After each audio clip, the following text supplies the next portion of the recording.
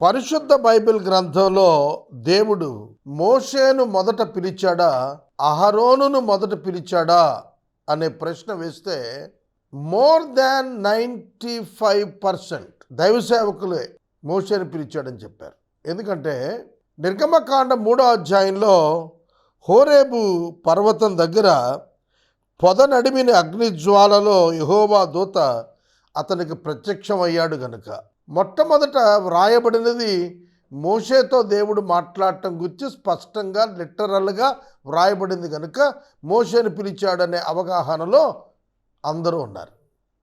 కానీ బైబిల్ ఏం చెప్తుందో తెలిసిన నిర్గమకాండం 4వ అధ్యాయం 14వ వచనంలో అంటాడు, ఇదిగో నీ అన్న అయిన అహరోను నిన్ను ఎదుర్కొనుటకు వచ్చుచూ ఉన్నాడు. మోషే ఇంకా కన్విన్స్ అవలా, దేవుని పిలుపుకి ఒప్పుకోలా వెళ్ళటానికి. అన్ని సాకులు చెబుతున్నాడు. దేవుడు అతన్ని గద్దించి చెబుతున్నాడు, నీ అన్న అయినటువంటి అహరోను బయలుదేరి వచ్చేస్తున్నాడు నిన్ను కలవటానికి.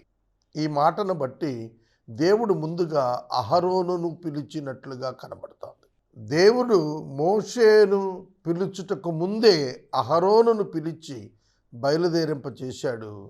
అహరోను బయలుదేరి వచ్చాడు, మోషే ఇంకా కన్విన్స్ కాకముందే అతడు బయలుదేరాడు అనేటువంటి ఆధారాన్ని బట్టి అహరోను దేవుడు ముందుగా పిలిచాడని అర్థమవుతుంది. తర్వాత ప్రాధాన్యతల విషయానికి వచ్చేటప్పటికీ మోషే మిషన్ మోషేతో ఆగిపోయింది.